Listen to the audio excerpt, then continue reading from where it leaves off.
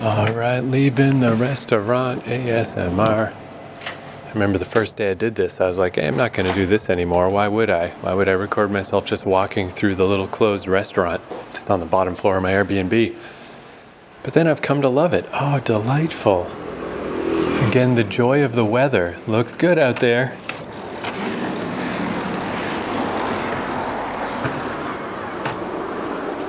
Wow, those are some clear skies.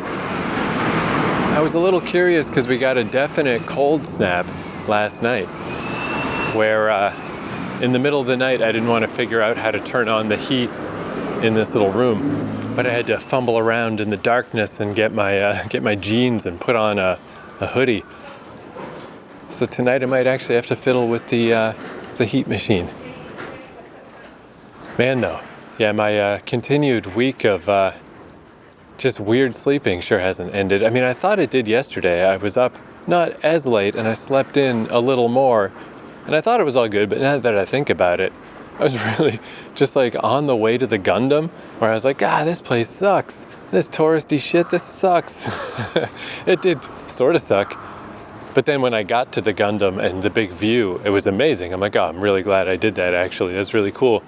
So I'm like, maybe I was still tuckered out yesterday. I haven't quite gotten my shit back together. And then last night I definitely didn't. But it's not like proper insomnia. It's just like staying up, and you're just like, I'll just watch one more show. I'll just browse one more Wikipedia page. I'll just look at boobs, whatever you do to just stay up all night. And I mean, I just wasn't doing this before. Even though I kind of I'm getting more comfortable in this Airbnb and it's not so bad, I wonder if part of it is just being in a communal place. Is my subconscious just like, just don't go to bed, just stay awake? I don't know, and maybe it's not even anything that deep. Maybe I'm just fucking up. But then I wake up and I always feel like, yeah, beautiful day in Japan. Traveling in Japan after all those years of COVID, that has not remotely worn off yet. I think I could stay here for like a year before that started to wear off. So I get up and at 'em and it's all good. But yeah, I was thinking maybe I shouldn't go off on a far-flung adventure.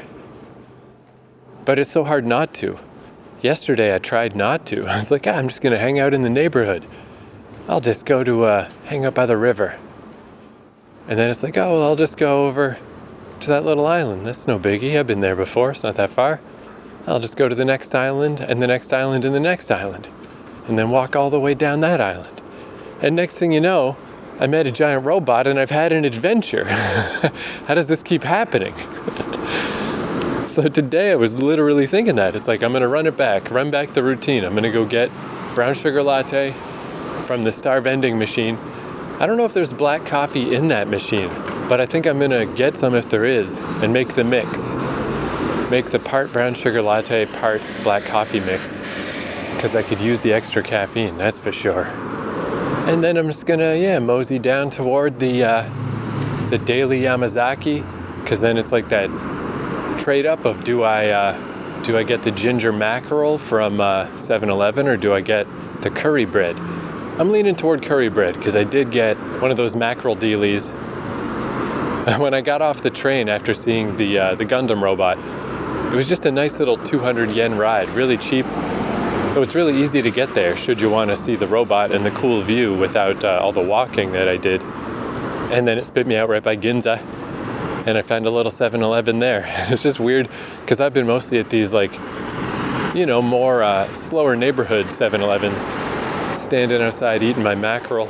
But this was super duper next to a big fancy train station, all busy and crazy and stuff going on and people hanging out.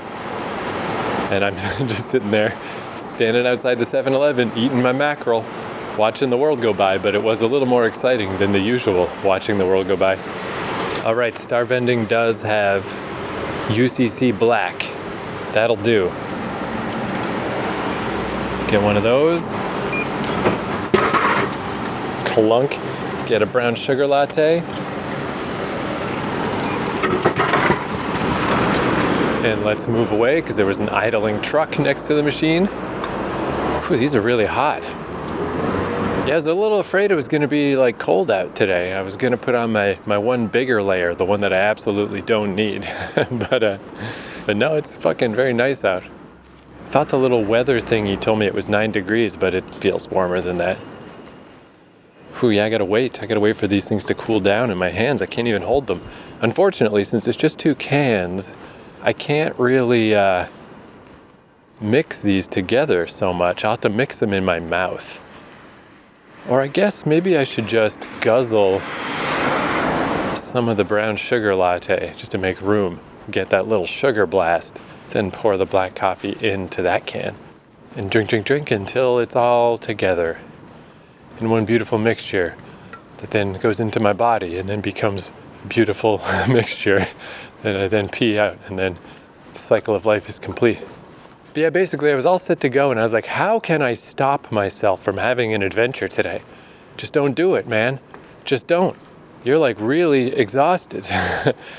I think this was the latest I stayed up. I stayed up till like 6 a.m. and I still woke up at like 10:30, whatever. I just always wake up around that time. But I did, on the way home, I did buy a pair of socks, because I was like, if I just had one more pair of socks, I still have an extra pair of underwear and an extra shirt. I could go an extra day without doing laundry.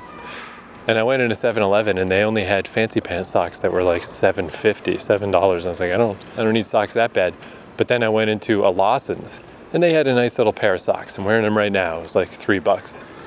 But it occurred to me just before I left, I'm like, what the fuck am I doing? Why am I trying deliberately to ground myself today? Like, don't go flying off on some big quest. Don't pick a point on the map that looks close, because it's not. It's going to take you all day to walk there. And you cannot do that today. You silly man. You stayed up all night. This is what you get. And then tomorrow you can do laundry. And then all of a sudden I was like, wait a fucking minute, you stupid dick. Do laundry today. Do laundry today. Today is a laundry day. You want to stay in the neighborhood you proclaim to love so much? Do laundry today. So I'm gonna. And that's my plan. And I also realized too, they gave me a couple towels here, which is how nice of them. Not one of these places that tries to charge you $2 for a towel. So I've just been swapping each day between towels. But I was like, oh yeah, I should just also wash my towels. I mean, they're not too bad. They seem fine, but never hurts to have clean towels. And yeah, I like laundry days. I even like these laundry day episodes. I don't know, the most boring ones, but I just like them. I was thinking of that laundromat that I found in Akigawa. I went to a Hard Off. It's just still hard to say that name in a serious way. Well, whatever, I'm not going to talk about previous laundry that I did. Christ, this is already boring enough. I'm already doing laundry. So yeah, I'll just wander around. I've seen many a laundromat in this neighborhood. So I don't have anyone in particular, I'll just grab one. And I don't have soap this time. Last time I bought soap. Oh yeah, that nice little laundromat. That was nice too. The one in Itabashi. That was my first laundry in Japan. My first time doing laundry with a Japanese laundry machine. That's where the Google Translate for all the shit that I give it for its inability to comprehend what's going on around me, like I'm one to criticize. It's really good for laundry machines.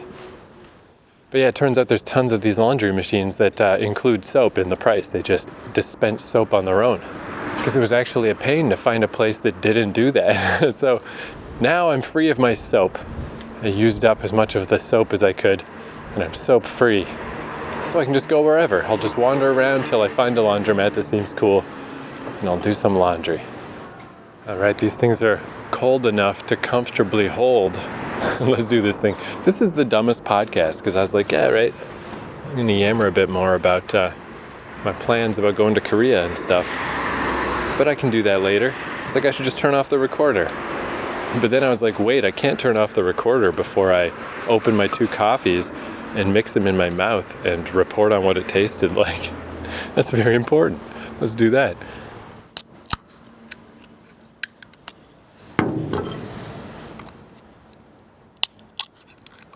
Oh, also, as I was leaving the restaurant today, another guy about my age, actually. A lot of travelers are younger than I am, but this guy was about my age.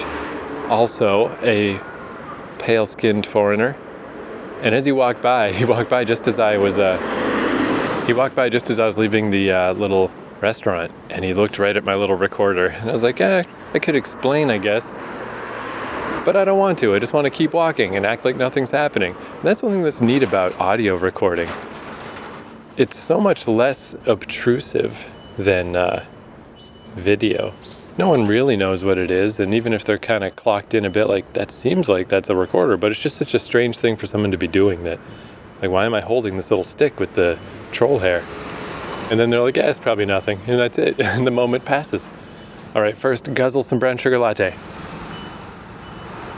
Oh, that's good. Oh yeah, but I bring him up to say he was going into the door next to my place, and it's also a hotel or a hostel or a place to stay of some kind. So that's cool to know. This neighborhood, man. I keep calling it this neighborhood. I guess I could tell you. Yeah, it appears it's not too hard to stay here. And I did definitely see other Airbnbs, not quite exactly here, but near here before. Skytree adjacent. Well, I guess based on the Museum of Contemporary Tokyo Art, that's the neighborhood museum, Miyoshi in Koto City, Tokyo. Miyoshi appears to be where I am. Miyoshi. Delightful. All right, I've added some black coffee to the brown sugar latte.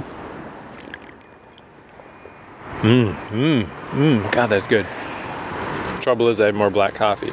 So as I add more black, the balance is going to shift. You know what I'm going to do? So there, the brown sugar latte can's full. The black's not quite done. I'm going to guzzle down the little bit remaining of this black coffee just to get a blast of black, like cleansing the palate, like eating ginger. Oh, black coffee is an unpleasant fucking endeavor. I love coffee so much, but man, black coffee's rough. But now when I taste the brown sugar latte-ified black coffee after that, ooh, it's like my savior. So good. Oh, it's so good. This podcast sucks, dude. It's so dumb. All right, I'm gonna go get some curry bread.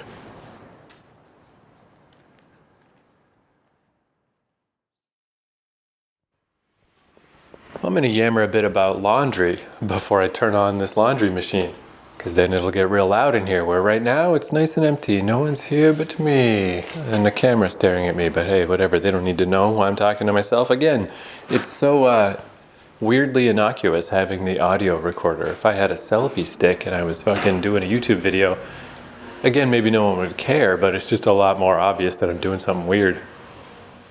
But I just stopped in one laundry place. There's like a lot of laundry in this neighborhood, a weird amount. You know, I kind of had to, there was quite a bit of laundry in Itabashi, northern Itabashi, for example, but I had to Google Maps it. I wasn't just going to necessarily stumble across a laundromat. Well, except the one that was around the corner from my Airbnb, so that's not true. I would have stumbled onto one, but I ended up using a different one. But anyway, when I was looking up laundromats in that area, I never have, I just haven't, I mean, I guess I do laundry sometimes in Canada, but it's not real often that I use public places. And everything in Canada, I feel like, is pretty spick and span. I've never really been to a bad laundromat. I'm sure they exist, but I've never been to one. Where when I was reading these reviews, and I guess the same thing happened in Akigawa, there's a very distinct difference between new and old laundromats. Like this one I'm in now, it's all these brand new machines, and they're the same machines as I've seen before that are, they do it all. Not only do they have the soap, but they also dry in the same machine. Although they do have separate dryers if you want to do that. But there's this design that I see all over the place that's clearly new, sweet, awesome machines. Yappy dogs. You know what? If you out there are about to get yourself a yappy dog, just think about it. Don't just do it. Because then you got the dog, and now you're in a yappy dog nightmare hell. Think about it. Think a bit about what you're doing. That's all. I'm not going to judge. I'm just saying, give it a little thought. The same goes for large, barky dogs, in fact. I don't dislike animals. I grew up with a lot of animals, but they're fucking loud is all I'm saying. Okay, don't start slipping into being a cranky, sleepy boy. Come on. It's just a dog. Fucking relax. Jesus.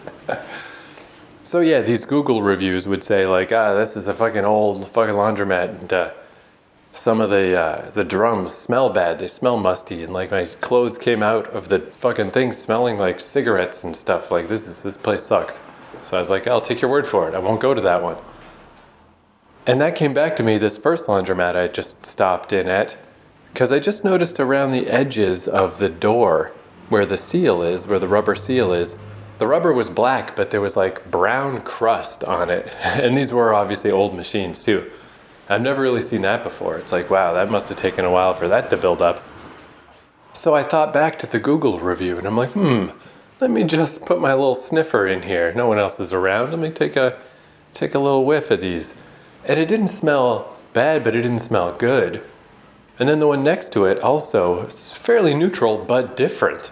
And I'm like, I'd rather that my laundry machines are all just very, just a nice base. I don't need them to be different. And then the third one did smell weird. It's like, okay, this is what they mean. This is what they're talking about. There's laundromats everywhere around here. Let's just not. What's the hurry? So then just a little further, just a block past the, not even a block, half a block beyond the museum, which is a great landmark, by the way, even though I will never go to the museum and see all the modern art that is meaningless shite. Don't do it. Don't slip. It's very good for navigating around the neighborhood. This one had a giant American flag outside, and I'm like, you know what? Sign me up. Good enough. Today I'm American. I'm close enough. As far as the rest of the world knows or cares, I am American. So let's go. I love being invited to something in Japan. It's not exactly common. It doesn't happen all that much. However, I have no idea what the fuck the American flag was for. Just don't worry, we have nothing against you, maybe. We will not distinctly discriminate against you, G.I. Joe, because in here there's no English. I thought for sure the big American flag would mean, hey, tourist, come on in. We got everything labeled for you. Nothing is fucking labeled, Everything is in Japanese. Luckily, Google Translate is awesome on laundry machines. But it really makes all the difference. Like, it's all a fairly simple process when you can translate it. But I remember back when I first visited Japan in 2019 and my phone couldn't do Google Translate. Even now, of the two phones I got the Google Pixel, it can do it, but I've got like a cheap Blade, I think it's called, that I bought just to listen to MP3s that was like brand new. It was like $100 Canadian. So that's like $6 American. It can't even do the Google Translate. So yeah, I didn't have it in 2019. Needs some kind of update, some kind of extra thing that it can't download it, can't use full strength apps, I don't know, whatever. The beauty of having two phones. And yeah, I couldn't do laundry. I literally couldn't do laundry. I was at a place just like this and I tried and I gave up because like it's not complicated, but if you don't press the right button, even at the laundromat I didn't use, before I bailed out, I did use their coin machine to get coins. Oh, is someone coming in to do laundry? I might have to stop talking to myself. ドラム内をリフレッシュしました。いらっしゃいませまたはカードを入れてください。国家またはカードを入れてください。運転を始めます。洗濯物の入れ忘れを確認してください。運転中に商品を使って。 She just came in to move some laundry into a dryer. And now that everything's running, it's actually not that loud in here, but that's fine. Let's get the hell out of here. So I got 55 minutes. I got this thing going now. What time even is it? 2:10. Let's come back around 3 and see how this is going.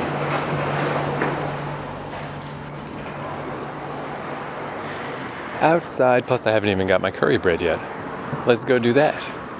But yeah, I literally couldn't figure out the laundry machine. Oh, that's what I was saying. But yeah, at this other place, just to, oh geez, that's the only problem is I put all my jackets. I wasn't gonna wash my main jacket, but there was a lot of room left in the machine, and I'm like, well, fuck it. And now I'm wearing a t-shirt. It's not quite t-shirt weather anymore. Hey, I'll be fine. I'll warm up with curry bread. But yeah, just to use the coin machine that turns your 1,000 yen bill into 10 coins took more than one try. I tried to translate it and it wasn't quite translating right. And I pressed one thing and it didn't work. And then I pressed another thing and it just ejected the money. Then the third thing worked. Like, that's just the coin machine. So yeah, in 2019, I gave up. I tried to use the laundry, but I also wasn't aware at the time of these things about the automatic dispensing of liquid soap, because I've never seen that in Canada. Maybe we got it, but I ain't ever seen it. Or these double machines that wash and dry and do the whole thing. So, I mean, I didn't even know the process that I was trying to fumble my way through, Maybe I would have been able to. It just wasn't working, so I couldn't do laundry. I just gave up. And what I started doing is, because I saw this somewhere as like a travel hack, but it doesn't fucking work, is I was at a communal hostel, but a lot of the times I was there by myself. So when nobody else was around, I just ran crazy hot water. Like, the water out of the taps could get so insanely hot. And I would just kind of hand wash my clothes in the sink. And then the travel hack I heard was, when you're in the shower, stomp your clothes like you're stomping grapes. And that's how you can like really give them a good final clean, and then just hang them up. But it was the middle of summer, it was super hot, and I was sweating all the time. And my clothes just always smelled a little sweaty. Just a little. It just never fucking worked. So that was gross. And I'm very glad that I now have the ability to do laundry. It's amazing. But yeah, the place with the old machines, it was 400 yen, about $4 Canadian, to do laundry. There is a laundry machine at my Airbnb that's 200 yen. But the cleaning people are always using it and stuff, and it's just kind of, I don't know. I don't want to hang out there all day. I'd rather spend a little more just to hang out somewhere else, just to go hang out outside, hang out at a different laundromat place. So this one, it's a big step up because Super America Wash has got these brand new machines. So it's either $8 to wash without drying, or $10 to just do the whole thing. You just throw your clothes in there. It spits out a bunch of soap automatically. It washes them. It dries them. We'll see if it dries them all the way. If not, I might have to switch it over to the dryer for a bit. But I figure it's probably about the same, because $4 for the wash at the main place, then I think 100 yen gets you like 10 minutes of drying. So, I mean, it was gonna add up. Maybe not to $10, but it's not like I do laundry too often anyway. I feel like $10 is a pretty good deal to just, here's my $10, now I can just walk away for an hour, go to Daily Yamazaki, get my curry bread on. But yeah, it feels really good. I just really like achieving small things. Just the little act of like exploring around, finding a couple laundromats. Oh, I'll pick this one. Here we go. I got everything all sorted out. I got my money changed. I put the money in. Like, it's all the easiest shit in the world. But I just felt a little buoyant. Is that the right word? For a moment, I felt like I just like, was lifted up briefly of like, you did it. You did a thing. It really doesn't take much. Just achieving small things feels good. One thing I like about traveling, I like just the puzzle of only having one bag and of sorting out your stuff, or being in this little cramped bunk that I'm in now, just sorting out the space. I really do have to get a capsule one of these days. Does Korea do capsules? Maybe I could do that, because like the space is no problem. I could totally do that. And just, learning how to arrange things and sort things, and like, okay, I got that all sorted out and figured out. Feels very nice. And I think that ties in a little bit to when things are a little too big and too overwhelming, it messes up my brain. I'll yammer about that after I eat some curry bread.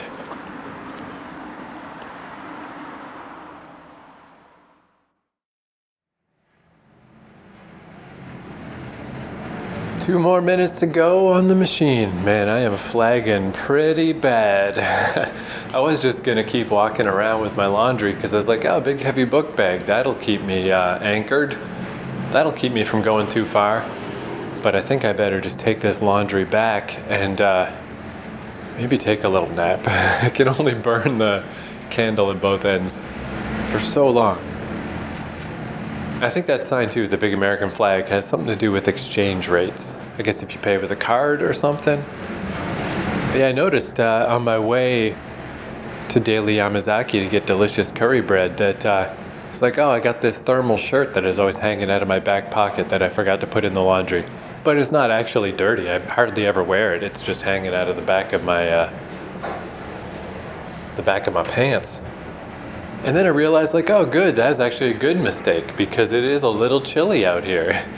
It's like sometimes you can get away with the t-shirt thing, but then a cloud passes in front of the sun and suddenly not. So I just put on the thermal shirt. I'm like, ah, that's nice. That's good. Man, it's nice too, just the little details of like I was standing outside Daily Yamazaki watching the world go by, eating my curry bread. And I noticed that on that corner, the little posts that are in the street, just I guess, to separate the sidewalk from the road, they had like a little brass bird on top of one of them and a little brass house, like ancient old school Japanese house on the next one. And it's just cool, just a weird little detail that I wouldn't have noticed except I was literally just standing there for 10 minutes looking at what's around me. And I was thinking, not that there's much point in rambling about art. It's just you feel it or you don't.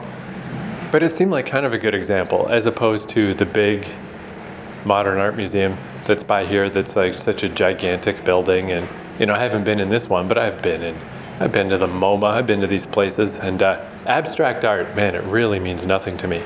Unless it's like an album cover, if it's connected to something else, then it can take on a sort of meaning. But art is just so, I guess it's like, go ahead and make your art and hope somebody cares. But what I think is weird about museums is like so much money and resources are put towards saying, oh, this thing, this weird sculpture, this painting, this one's important. And it's like, dude, no, it isn't. It is not, though. It's exactly the same as everyone else's stuff. It's no better, it's no worse. It's just, that's the part that bothers me, is the insinuation that you're supposed to care about this particular piece of nonsense. And it's like, that's no different than all the other nonsense. I'm not necessarily opposed to the nonsense, but don't try to tell me this one's important. It's fucking not. But I was thinking that, like a little street post like that with a cool little brass design in it, like that's kind of the art that I like, because it's still cool, it's still neat, it brings a little moment to your day that's like, oh, cool, what is that? But it's also useful. It's in a public area and it's useful to people. That's the kind of art that I like. I like art that sort of flows and is part of the world. Where like if life is a stream. I don't like the art that is just like puts a big rock down. Here we are, here's my art. Everyone stop and pay attention to my art. This art is what you need to look at. And it's like, this means nothing, this is connected to nothing, this serves no purpose, this has no use. Fuck off. Fuck off with this. Go do something useful with your life, artist. I don't like that shit. But when something is integrated into your day-to-day, then it's delightful. Then it's like, oh, that's so much better than just a normal street post. What a clever, neat, cool thing to do. But anyway, I'll yammer about that no more. That's enough of that. How we doing, laundry? Oh, we're on cool down. I suspect, I don't know, this machine says 10 kilogram and 17. I don't know what the difference is, if it's actually 10 or if it's 17. But I think it's a good rule of thumb to just assume your stuff's not going to be dry all the way. And when I was in the big apartment in Fukuoka, it's like, that's fine, I'll just hang it up, that type of thing. But at this little place, I think I really want my clothes to just be all the way dry right now. So my assumption is that I'm going to have to throw this in the dryer now.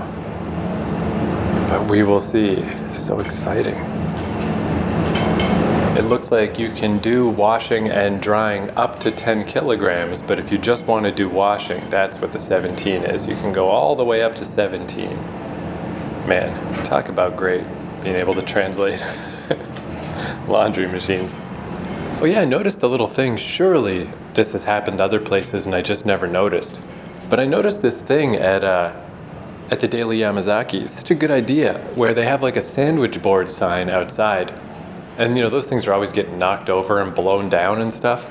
So the way this one was designed, it had the two eaves of the sandwich board, and then it had in the middle a platform at the bottom, and then a second platform with 6 holes in it. So you could take big 2-liter water bottles, and there's holes for 6 of them. So you fill those with water, maybe more than 2 liter, they're pretty big, and put the 6 in there just to weigh down the sign so it won't get knocked over and it won't blow down. And that's such a good idea, because I've seen those signs, not so much in Japan, maybe they're ready for the weather. But in other places, I have a lot of memories of picking up signs from businesses. And if a sign's been blown down, I usually don't set it back up because it's just going to get blown down again. But I'll just pick it up and like lean it against the wall, just so it's not just laying on the ground. But I was like, look at that. See, that's the kind of shit that impresses me, for sure. So utilitarian, such a good use of, we all just got water bottles kicking around. They're all over the place. You don't even need to waste water to do it. You could leave them out when it rains and fill them with rainwater. And those are your weight bottles. Oh, here we go. Again, that's probably nothing new, but it's new to me, and I liked it.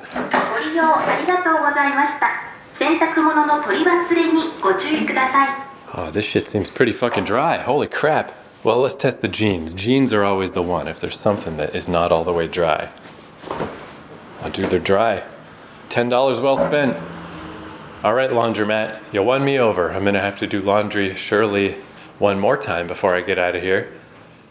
This is where I'm coming, for sure. Oh yeah, I've seen these at places too, the coin sneaker laundry. It is 200 yen to wash your shoes, and then 100 yen for 20 minutes in the shoe dryer. It's like a special dryer that you just like put your shoes on these little sticking out pole thingies so they hang there and dry. I don't know, my shoes are actually surprisingly not dirty. Usually my shoes are just a fucking disaster because of all the like hiking around I do. I feel like in Canada my shoes are constantly covered in muddy filth. But they're just not here. Because I almost just want to try the fucking coin washer, but I just don't need to right now. But surely eventually, maybe if I get to the end of my Japan trip and my shoes still seem amazing, maybe I'll try one of these just to try it, and then I'll realize I was wrong when I see what real clean shoes look like. I'll be like, oh, actually, I guess my shoes were gross.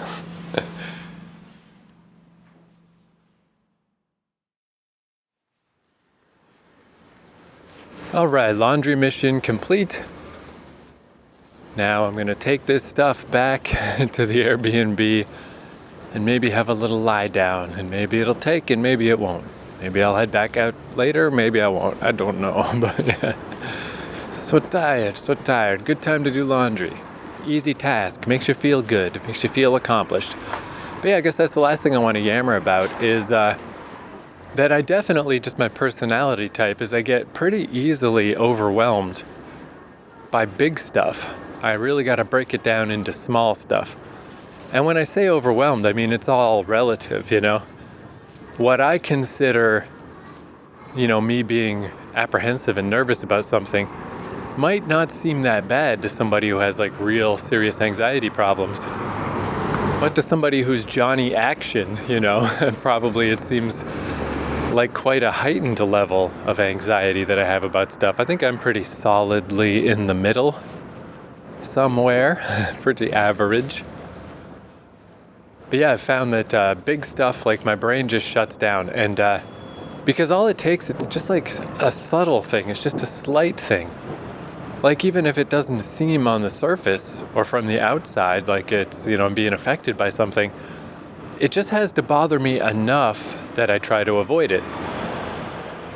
Like if I'm teetering in the middle, 50-50 on something, like it doesn't have to be all the way to the like, oh, I don't want to do that. It only has to be 1%. If it just tilts 1 little degree over, if it's just 51%, 51% I don't want to do it, 49% it's no problem. That little 1% is enough. It just is enough to just be like, well, then I won't deal with that right now. I won't think about it right now. I don't want to. It doesn't feel good, so I won't. You know? It's like if you can put something off, you don't have to want to very badly to do it, is what I've found. It's easy for little things to sort of become a big issue because I'll just sort of slightly put that off and slightly put that off and slightly put that off forever. And I've noticed it in many places in my life, like with writing. The whole way I kind of discovered how to be a very slow writer, but at least to not stop, is I realized eventually that I was becoming overwhelmed by the prospect of, writing a novel. It's just so big and so enormous. You feel like you'll never get to the end, but then the end is really just the starting line as far as now someone needs to read it. Now you gotta hope someone will publish it. Then you gotta hope someone will care. Then either no one will care, and that's depressing, or everyone will care, and you'd become some horrible worldwide celebrity, and your life will never be the same again. Like there are so many pressures and so much stress involved,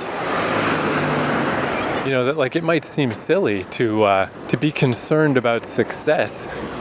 But if all it takes is one little percentage point, one little degree to make something seem stressful enough to the point that you don't want to do it, it's a highly unlikely scenario. Oh no, I'm too famous. It's not likely, but it makes it feel like there's no way out.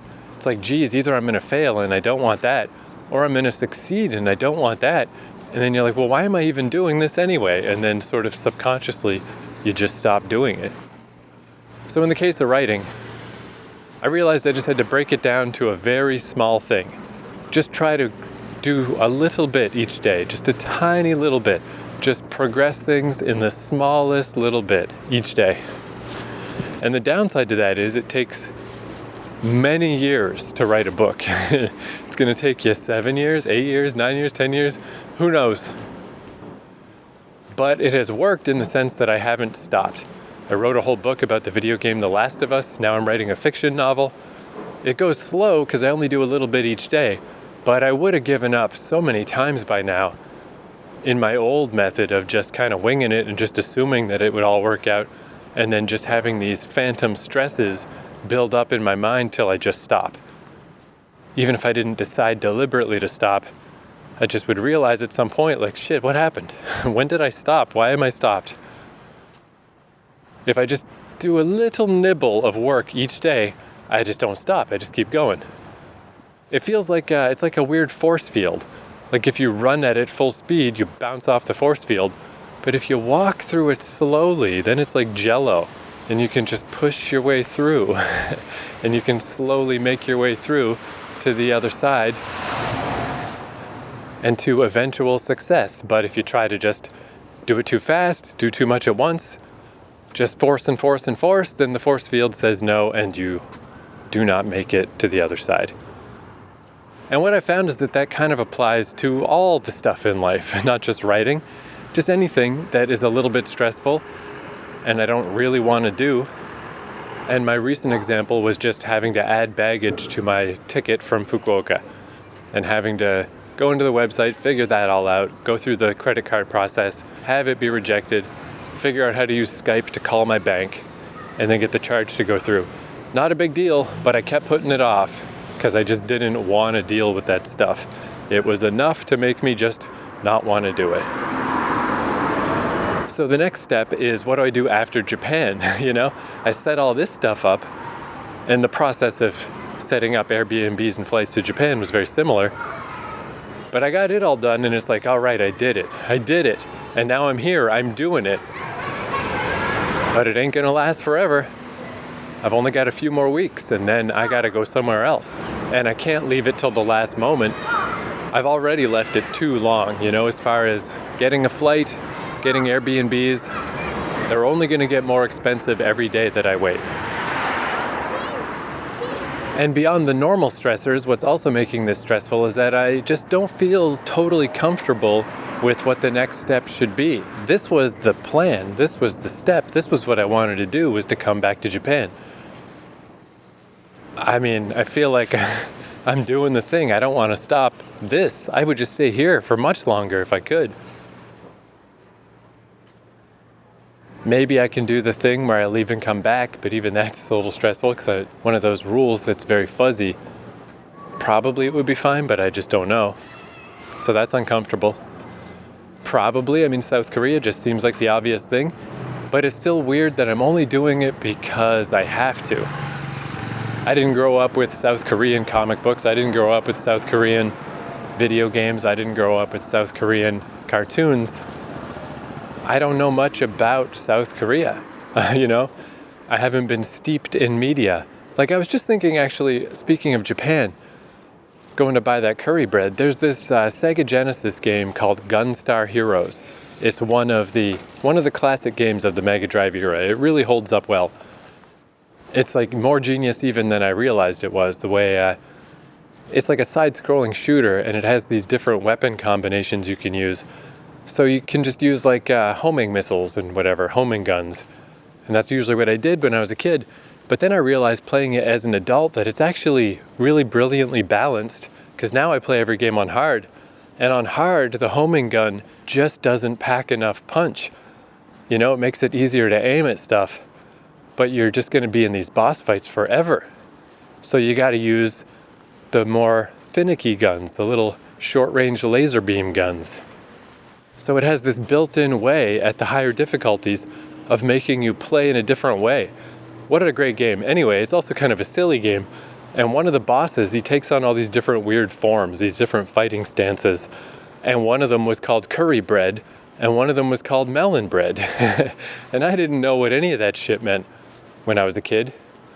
And it's just weird now that I love curry bread and I love melon bread. And I always think back to like Gunstar Heroes, like, melon bread. That's the first time I heard of that stuff. Didn't know what it meant back then, because it wasn't even actual melon bread in the game. It was just the name melon bread. Because again, Sega stuff, not very well localized. Their games are not very Americanized. But that's a great example of why I like being in Japan. Because even just some random thing, just going to buy curry bread, I can tie that back to a game I had when I was like 12 or 13 years old.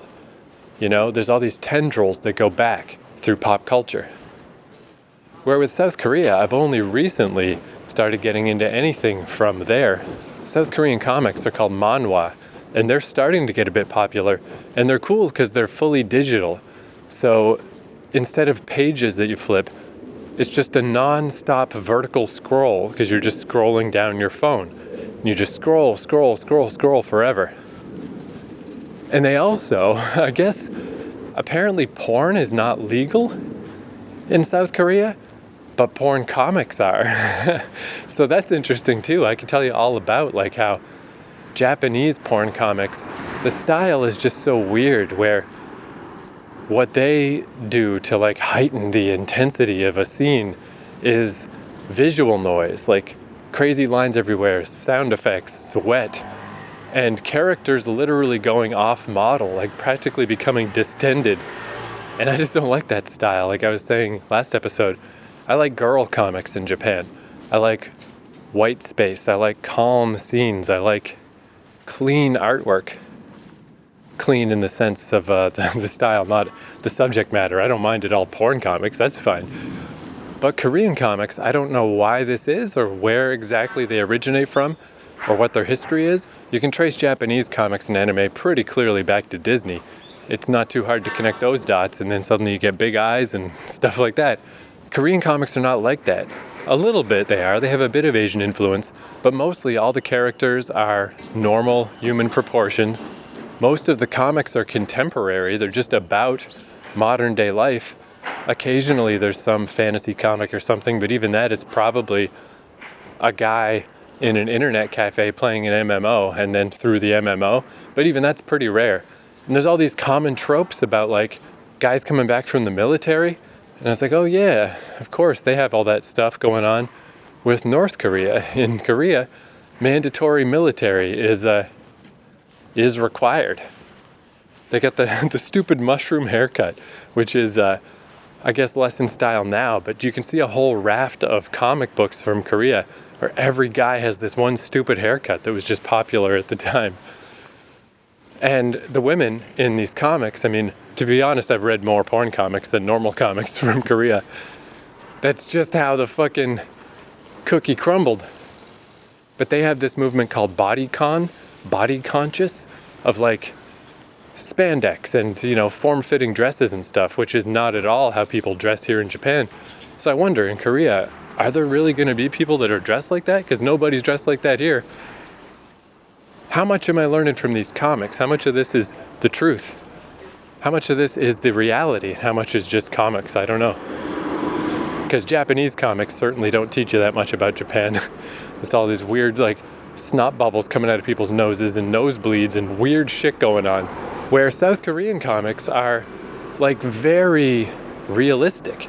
And I would say, like, almost European in style. Where there's no speed lines, you know? There's no visual noise. There's no busyness. It's just these, like, nice still drawings just kind of meant to emulate a real scene. And in the case of the porn comics, I mean, I think part of it is like, if we can't have porn, this is the next best thing. So they're basically just like, I suspect they're just tracing porn sometimes. But it's like definitely leads to a style that's all their own. Like, you're not going to mistake a South Korean manhwa for any other country's comic books. It's not the same as European comics. It's not the same as North American comics. It's not the same as Japanese comics. But I mean, this is all relatively new to me. I only found out about these things like 2 years ago. I don't know if I've learned anything from them, and even if I have, it hasn't sunk in that much. And then obviously with K-pop and just movies and TV from Korea is definitely getting more popular.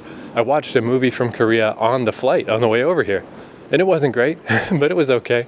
It's about a French girl who was adopted, moved to America, but she comes back to Korea to meet her original family. It was all right, you know, it's kind of long, a little meandering. But the point is, I'm not like excited to go to Korea. I'm only going because I have to go somewhere because they're kicking me out of Japan, you know?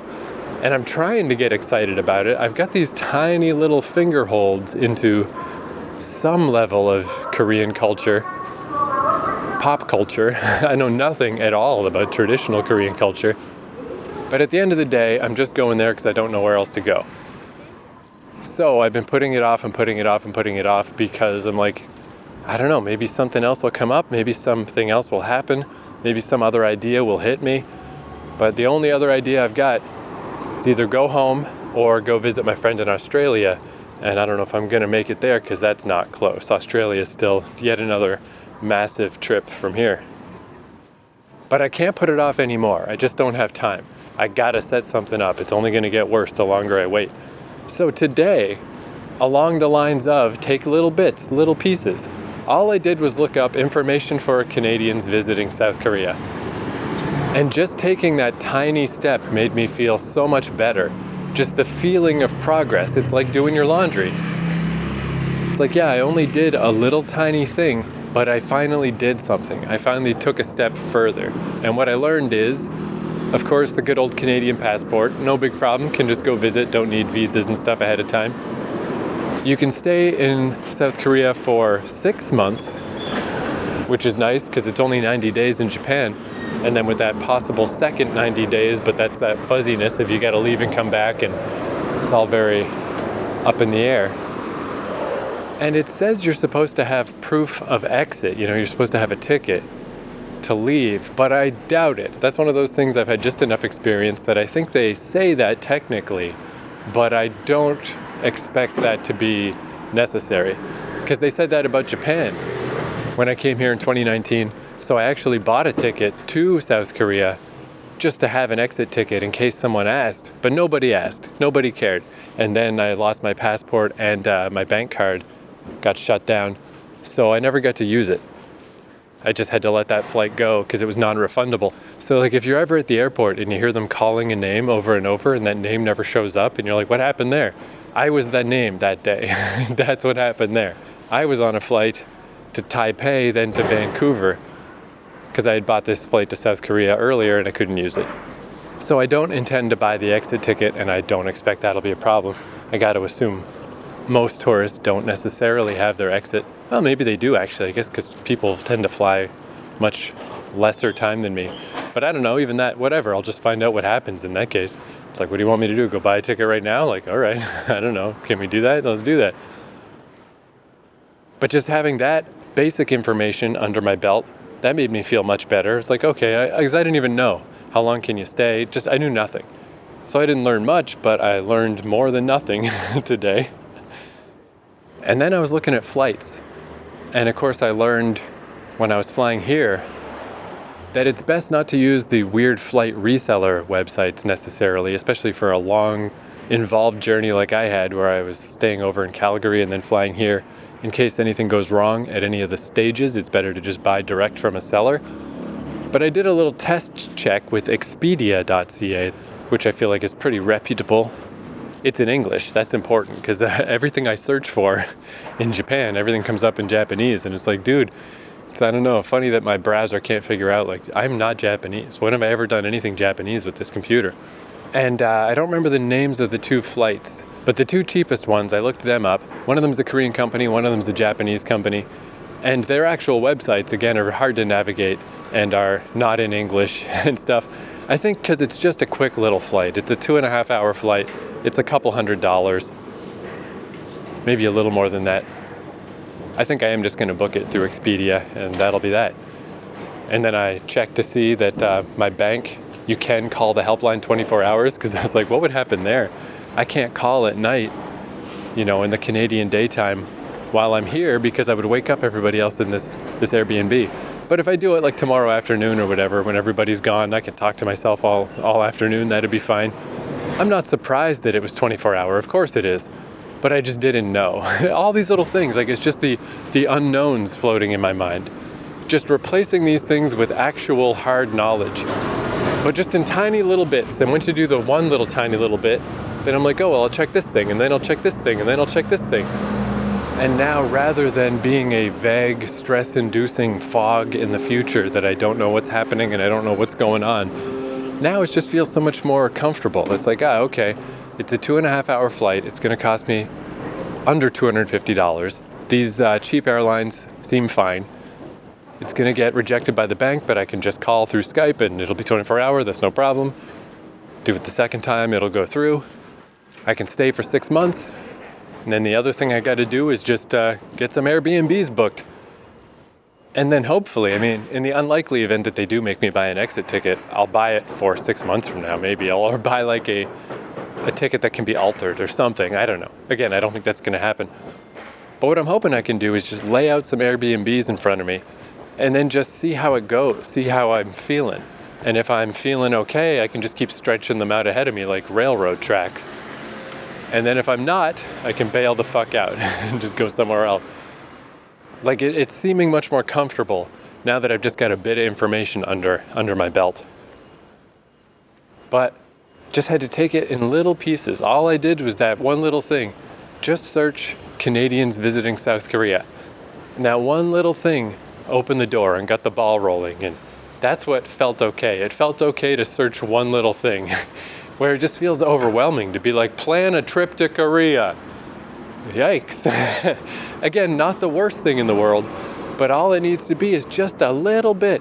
If it's just a little more comfortable to just go outside to the vending machine and get a fucking brown sugar latte, then it's like, hey, you know what? Let me just go get the brown sugar latte. I'll deal with this later.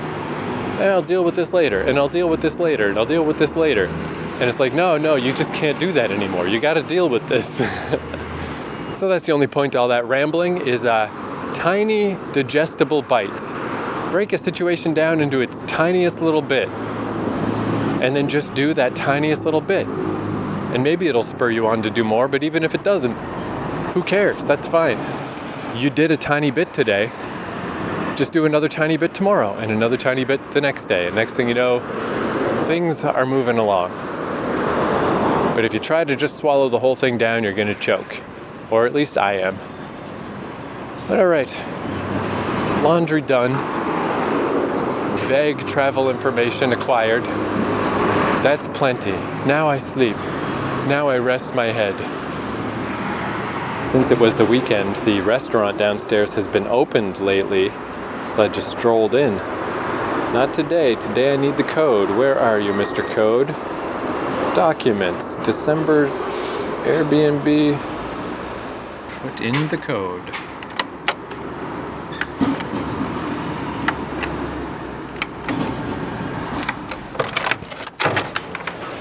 Code entered. Door opened. Back to the Airbnb. Full circle. All right. Thank you for listening. I'll see you next episode. Adios.